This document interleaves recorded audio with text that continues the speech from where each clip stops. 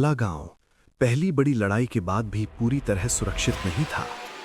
ब्रह्म राक्षस और पिशाच भले घायल थे, लेकिन जंगल में बाकी शक्तियां अब भी घातक थीं। रविकांत ने जंगल के किनारे खड़े होकर चारों ओर देखा। अब जो भी आएगा मैं तैयार हूं, उसने खुद से कहा। अचानक हवा बदल गई और दो छायाएं उड़ती हुई सामने आईं। एक थी डाकिनी, उसकी आंखें लाल और जादू की शक्ति फुआर रही थी। दूसरी थी शाकिनी, जिसकी मुस्कान में मौत की ठंडक थी। डाकिनी बोली, तूने पहले ही जीत का स्वाद लिया, लेकिन अब असली जादू दिखेंगे। शाकिनी ने धीमी आवाज में कहा, हमारी चालें तुझे कभी नहीं बचने देंगी। रविकांत ने तलवार पकड़ी और कहा, तुम दोनों मिलकर भी मुझे रोक नहीं सकती। तभी डाकिनी ने जादू के गोले फेंके। हरे और नीले रंग की आग की चमक उसके आसपास फैल गई। शाकिनी ने हवा में उछालते हुए छायाएं रविकांत पर गिराईं। जंगल में हलचल मच गई, पेड़ हिल रहे थे। रविकांत ने छलांग लगाई और गोले को तलवार से तोड़ दिया, लेकिन एक गोला उसके बाजू को छू गया। हल्का खून बहा, लेकिन वो गिरा नहीं। तभी डाकिनी ने एक नई चाल दिखाई। उसने हवाओं में अजीब प्रकार का जादू फैलाया। रविकांत के चारों तरफ अंधेरा घिर गया। उसकी नजरों के सामने पेड़ बदलने लगे, रास्ते गायब हो गए। शाकिनी ने धीरे से फुसफुसाया, तू अकेला है, डर हमारा साथी है। रविकांत ने गहरी सांस ली। उसने तलवार को चमकाया और अपनी शक्ति को बुलाया। डर मुझे रोक नहीं सकता, उसने जोर से कहा। एक तेज चमक के साथ रविकांत ने जादू की ऊर्जा तलवार में समाहित की। उसने तलवार से एक वार किया। डाकिनी चीखी और पीछे हट गई। शाकिनी ने भी झट से छाया को पलटने की कोशिश की, लेकिन रविकांत ने दोनों को तेजी से पीछे धकेल दिया। जंगल में अंधेरी शक्तियां हिल गईं।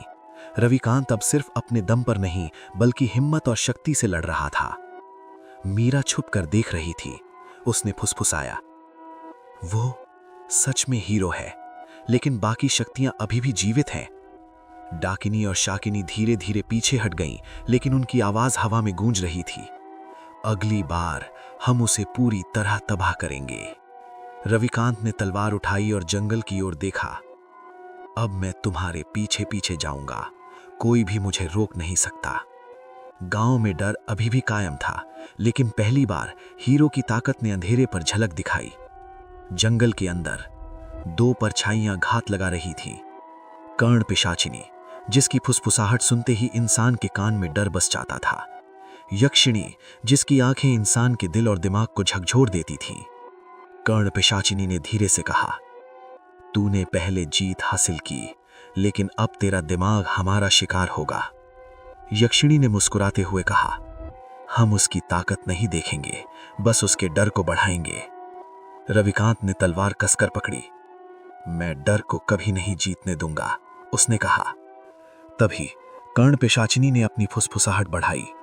रविकांत ने महसूस किया उसके कानों में अजीब आवाजें गूंज रही थीं। हर आवाज उसके अतीत की याद दिला रही थी। हर डर उसके मन में घुस रहा था।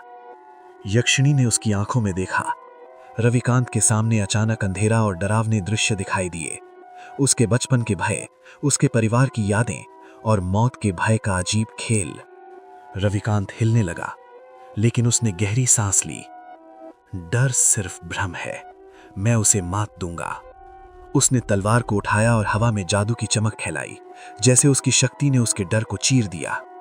कर्ण पिशाचिनी ने हवा में झुककर जादू के गोले छोड़े, लेकिन रविकांत ने तलवार से उन्हें तोड़ दिया। यक्षिणी ने फिर से उसकी आंखों में डर डालने की कोशिश की, लेकिन रविकांत ने अपनी मानसिक शक्ति से उसे पीछे धकेल दिया। दोनों परछाइयां धीरे धीरे डर गईं। उनकी फुसफुसाहट अब कमजोर पड़ गई थी। कर्ण पिशाचिनी फुसफुसाई, तू केवल पहली बार बचा, अगली बार हम तेरे दिमाग को तोड़ देंगे। यक्षिणी ने भी मुस्कुराकर कहा, हमारी चाल अभी बाकी है। रविकांत ने जंगल की ओर तलवार उठाई और बोला, तुम्हारी चालें चाहे जितनी भी खतरनाक हों, मैं डर को मात दूंगा और तुम्हें एक एक करके खत्म करूंगा। गांव में लोग छुपकर ये सब देख रहे थे। मीरा ने फुसफुसाया, अब मैं समझ गई हूं, रविकांत ही हमारे लिए आखिरी उम्मीद है। जंगल में अंधेरा फैला था, लेकिन रविकांत की चमक अब और भी मजबूत लग रही थी।